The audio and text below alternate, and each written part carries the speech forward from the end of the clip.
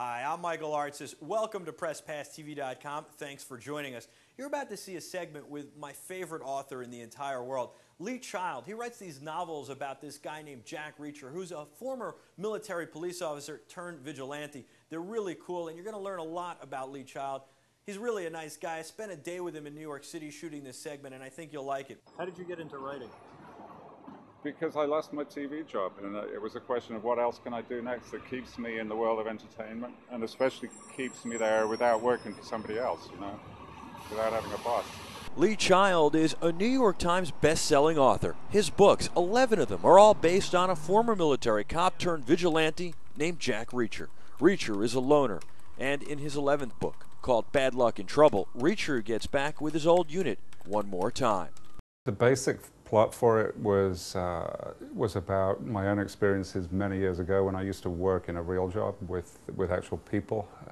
You know, I worked in television, which is very different from the U.S. Army military police, but it was still very much a unit. You know, it was a small unit of 10 people that everybody trusted each other, everybody backed each other up. It was a good feeling, and that obviously when I lost that job, I missed that feeling. So I thought, let's take Reacher back to those days when, you know, he was part of a unit. And in Bad Luck and Trouble, what happens is the book opens with this injured man being loaded onto a helicopter. He's on a stretcher, he's got 2 broken legs, he's loaded onto the helicopter. And we're reading along and we assume this is a medevac situation or something, but it's not.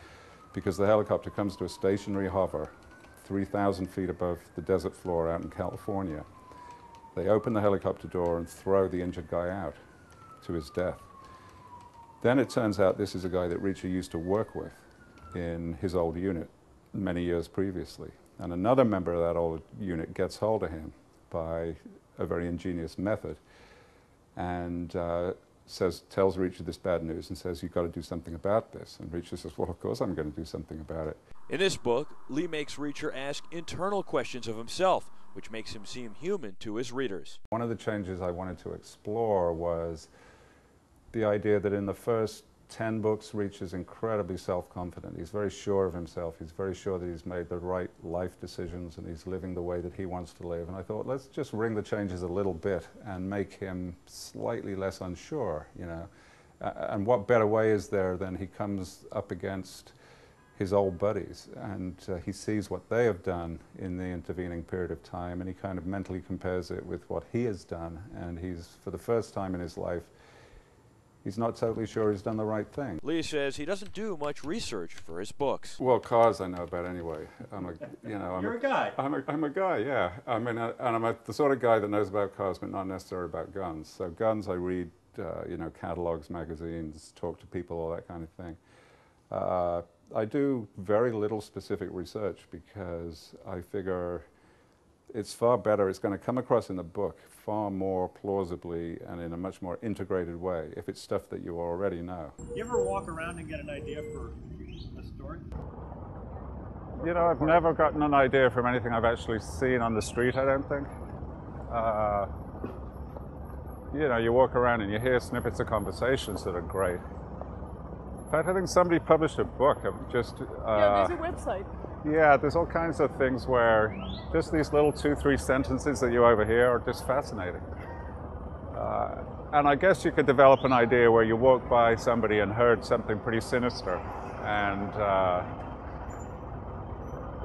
or, you know, maybe you didn't even notice at the time, but tomorrow in the paper there's something, some guy's got killed, you realize the conversation had something to do with it.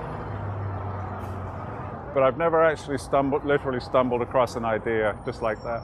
Cranking out a new title every year might seem like a tremendous undertaking to most, but for the former British TV executive, he says it's no sweat, and it beats any other job he could even imagine.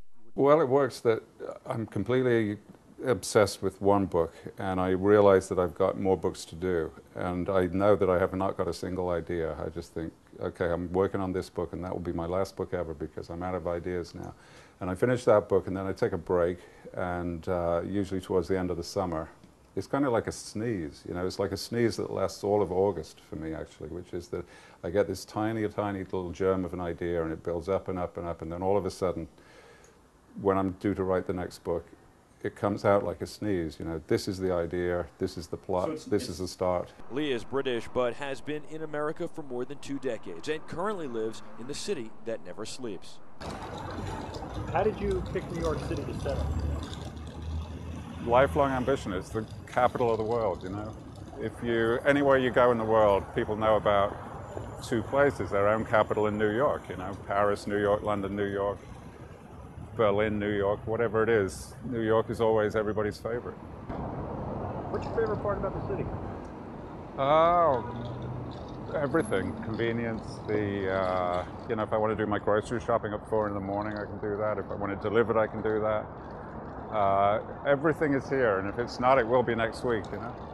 Lee likes to fish and read, but says his favorite way to kick back and relax is with a Yankees baseball game. That, of course, is as long as they win.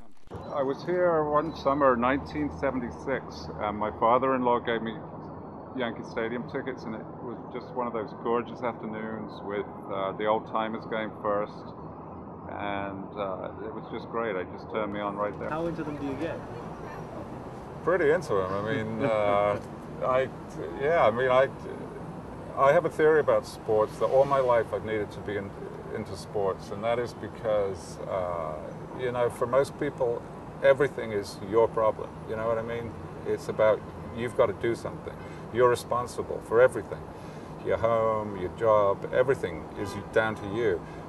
But sports is not, you know, there's nothing you can do about it. The Yankees aren't going to win because I try to make them win. It's totally outside of my control, and I think that that is a valuable sort of release. So when the Yankees, you know, when they got eliminated this year, it was bad? Yeah, it really isn't. It was worse than bad. Actually, and this is a comment in New York City, actually. What happened was I was alone here. I watched that game on television. They got eliminated. I was in such a fury. The first thing I did was retail therapy. I went online and bought 2 guitars that I wanted, and that did not do it. So by this time it was like 11:30 midnight.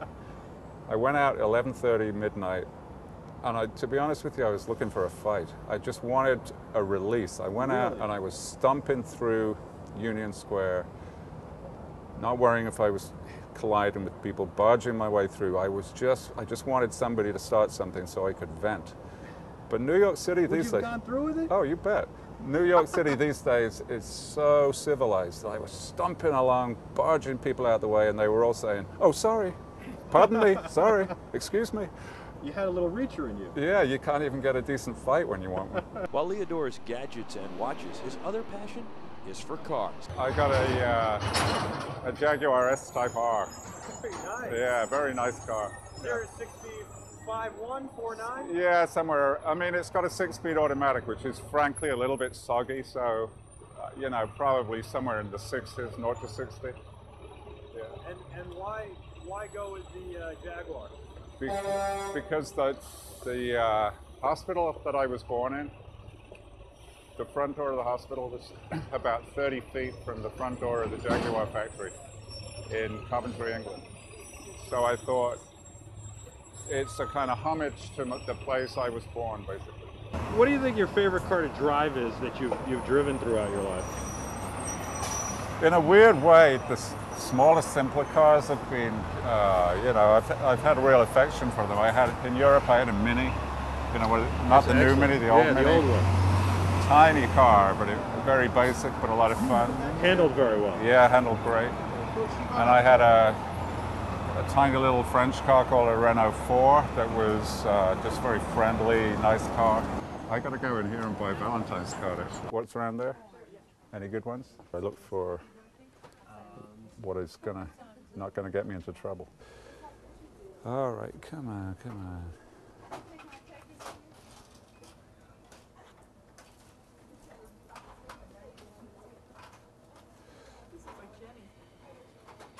on. This will do. Lee says he learned a valuable lesson about storytelling from his daughter years ago that he says he's kept with him to this day. You know, when she was around 4, 5, 6 years old, she loved a bedtime story. But she went through long periods, sometimes lasting a week or 2, where she would want literally the exact same story every night. And I kind of learned from that actually people find that very, very reassuring. They want the same familiar, comfortable story. Now, when they grow up into adulthood, they don't literally want the same book over and over again. You know, they want to open a new book by their favorite author, and they want to feel like they're slipping on a comfortable old sweater or something. It's familiar, it's comfortable. So I really learned from that experience. The trick is to make it the same but different every year. Bad Luck and Trouble is about to hit bookstands, but Lee is already hard at work on his next book, which will take Reacher towards the Rockies. Yeah, the new one is that will come out in 2008. It's called Play Dirty, and it takes place in Colorado, and it's about an isolated town, which is a repeating theme of mine, an isolated town out in the middle of nowhere, where there's a metal recycling plant, and there's something weird going on in this metal recycling plant, weird and inexplicable. I'm halfway through the book now, so the honest truth is I don't know what's going on yet. I haven't figured that out. I haven't made that part up, but it's going to be something pretty weird and dramatic. I'm Michael Artsis for PressPassTV.com saying, be terrific.